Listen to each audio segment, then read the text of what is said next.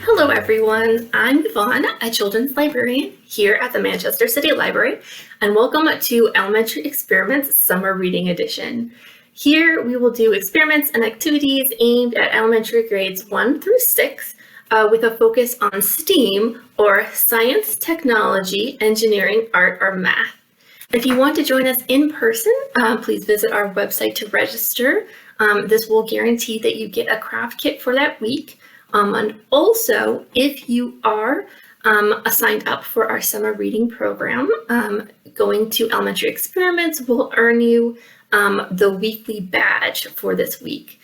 Because our summer reading program is all together now, which we are doing along a camp theme.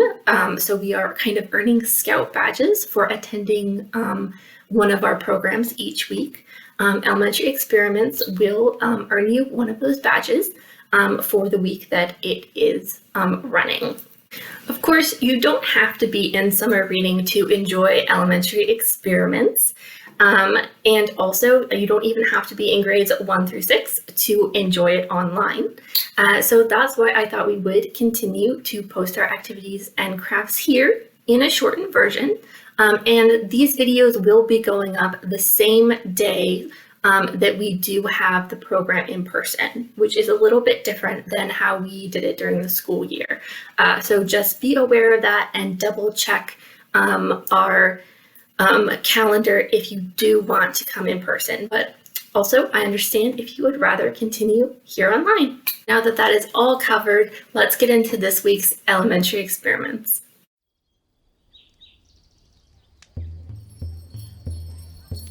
Hello everyone, and welcome to Elementary Experiments Taste and Tests.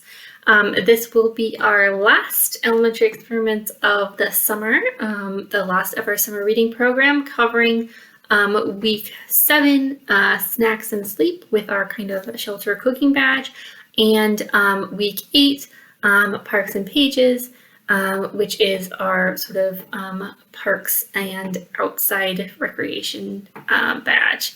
All right, so our very first activity, I am going to say that if you have, you are going to need extra people. So if you have a group, you need only one person, preferably an adult who can gather the supplies and things, to read the instructions and listen to this bit. So and maybe you should pause the video here so you can organize who needs to stay and who needs to not listen.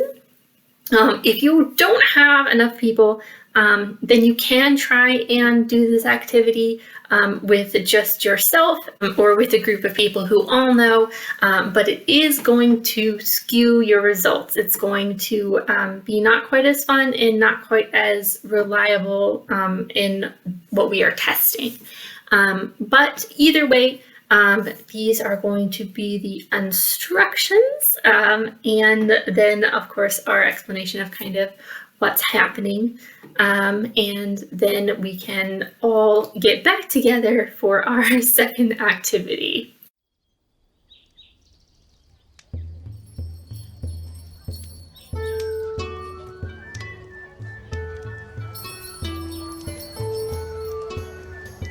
All right, I hope that first activity gave you some interesting things to think about, especially going forward when dealing with food and stuff, because how our brain processes taste is really interesting. But our second activity is to make an anemometer.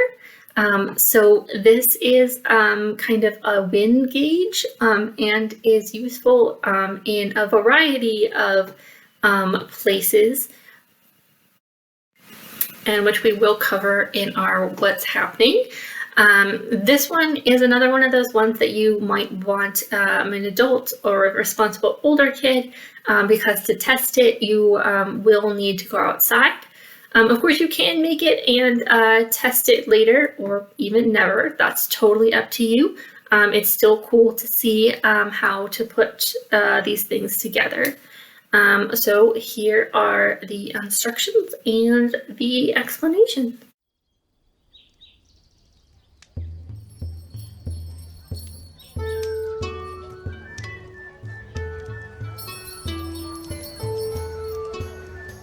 So for today's craft, we are going to be making a paracord bracelet, which is going to be a bracelet made out of a nice, strong, synthetic piece of rope, so that if you ever needed a piece of rope, theoretically in a camping situation, but really anytime at all, you could just unravel the bracelet that we're going to make and you would have that piece of rope to do what you needed to with. All right.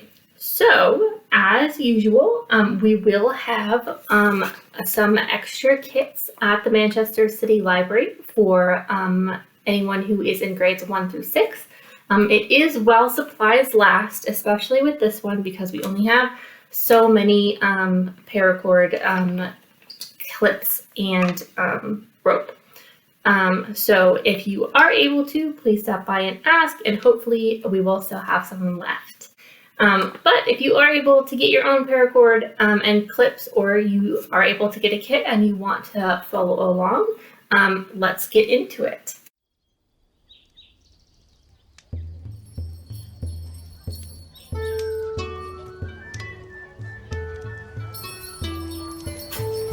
In the kit itself, it is pretty simple. We do just have our paracord, which in this roll is about 10 feet. And then we have our paracord clips. So we are going to have a prong end and then a slot end to our buckle. I also have a pair of scissors. I have a ruler. I have a marker, and then I do have a hot glue gun to help seal the ends of our cord when we get there.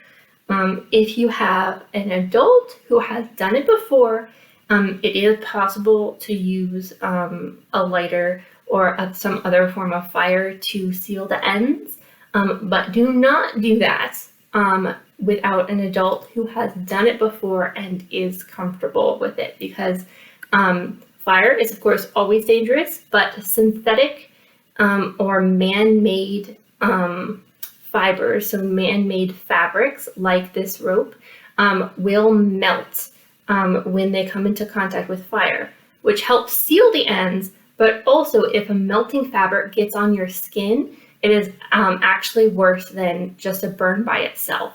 So please be extremely careful if you or anyone you know decides to try and do that at any point in their life. So we are going to just use a hot glue gun because that's much safer.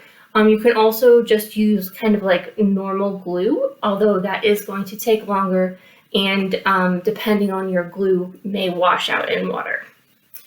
All right, so that's out of the way. Now I just have to find the end of this cord. All right, so we got the end here. And what I'm going to do first is actually use part of this cord to measure my wrist, right? So I wrap it around and I mark that, and I use my ruler to measure. So for me, I'm going to call that 8 inches. So it's 8 inches to comfortably wrap around my wrist. Okay, so we're going to note that measurement down, right? I'm going to use our instructions to write it down to make sure I don't remember. All right, so we're going to find the middle. So to find the middle, I'm going to put the two ends together and then stretch until we get to the loop part. This is going to be the middle of the cord, and we are going to take the prong end of our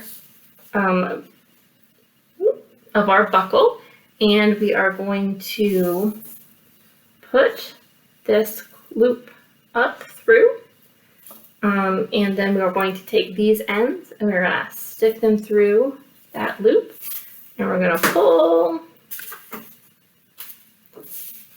till we get this nice little notch right there at the end. Okay, so for these ends, you can see that there is an inner cord to the paracord and then this outer wrapping. And I'm going to go ahead and seal this. So I'm going to go ahead and trim off the ends. So I'm going to take my hot glue gun and I'm going to kind of put glue around the outside. And then I would take like some paper or my bag or my fingers if I know that the temperature is not very high, like I do. And then I'm going to kind of squish the hot glue to make a little end point, kind of like the end of your shoelace, right? This is just to keep these ends from going anywhere. Okay, so my cord is now ready, and I'm going to put this so that the midpoint, the middle of the prong of the buckle, to the end point of the slot of the buckle is going to be my wrist measurement plus 1 inch, right? So here, if we put the slot buckle at the very beginning of the ruler, and then we put the midpoint of my prong at 9, which is my wrist measurement, 8 inches plus 1 inch, then that is going to be the length of my bracelet. And I'm going to go ahead and take the very ends of my cord, and we are going to loop them through. All right, and I want to make sure that my buckle is going the same way, because these buckles are slightly curved, so I want to make sure that that they're going to click together nicely. All right. So we've got that on here, and we're going to lay it down to make sure we've got the right distance. This is where like an extra pair of hands or some tape might be helpful, because what you need to do is we're going to need to keep our buckles at the right distance while we start doing our knots. So to start tying our knots, we have the prong end of our buckle here, the slot end of our buckle here, and we have the two ends of our cord like this. So what we need to do is we're going to take our left cord and we're going to thread it underneath the bracelet.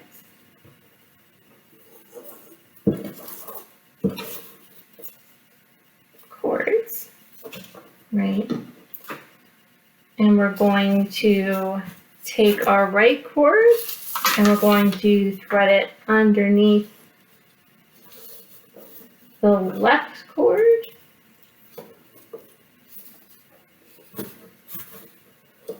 So it looks like this. And we're going to take this, the right end, and continue over here and then through this loop that we created, right? And then we are going to pull this tight. I'm going to double check my length is still correct. And we're going to pull that knot up, right? And that is our first knot. Then for the next knot, we're going to do basically the same thing, but in reverse. So what we're going to do is we are going to take the right side, what is now the right side, and we're going to thread it underneath the bracelet, right? Then we're going to take the left side, we're going to thread it underneath. Here, let's move this ruler. I don't think we really need it at this point. So it's going to look like this underneath. Then we're going to put this over and through this loop. And then we're going to pull until we get that knot at the top. You see here how it's going to start. All right, and then basically we are just going to repeat that all the way down, right, going back and forth on each side.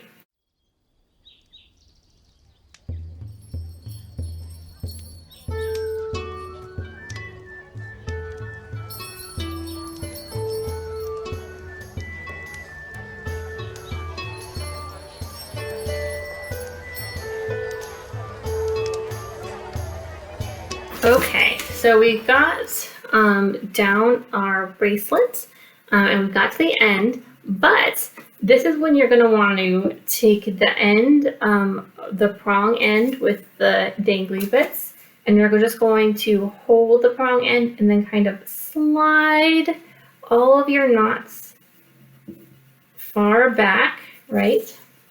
And that gives you extra space to continue doing some more knots, right? Also, I don't know if you guys could tell during the speed it up, kind of working on it a bit, but I actually started using my scissors to kind of mark which side of the thread of the paracord was going to go underneath, right?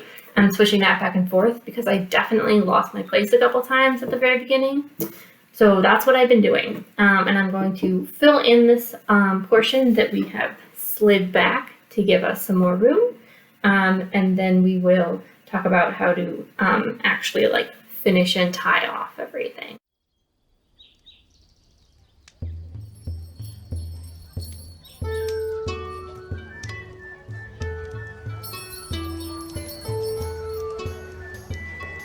So we've gotten to the end. So what we're going to do now is I'm going to take our ends here and I'm going to tuck them up underneath the buckle. So again, these buckles have a curve to them, right? So they're going to curve kind of naturally one way. So we're going to go up underneath the buckle. And then we're going to go to the very first like diagonal. So if you see here, it's going to be this one right here. And we're going to loosen it a little bit. So we're going to pull that up. And that's going to pull one of your sides. And we're going to go ahead and we're going to tuck our ends through that loop. And we are going to pull it back down. And once that is pulled tight, that kind of is how this all locks together. Now what we're going to do is we are going to go ahead and trim these ends off and then glue it all down or melt it if you have an adult who is comfortable and capable to help you.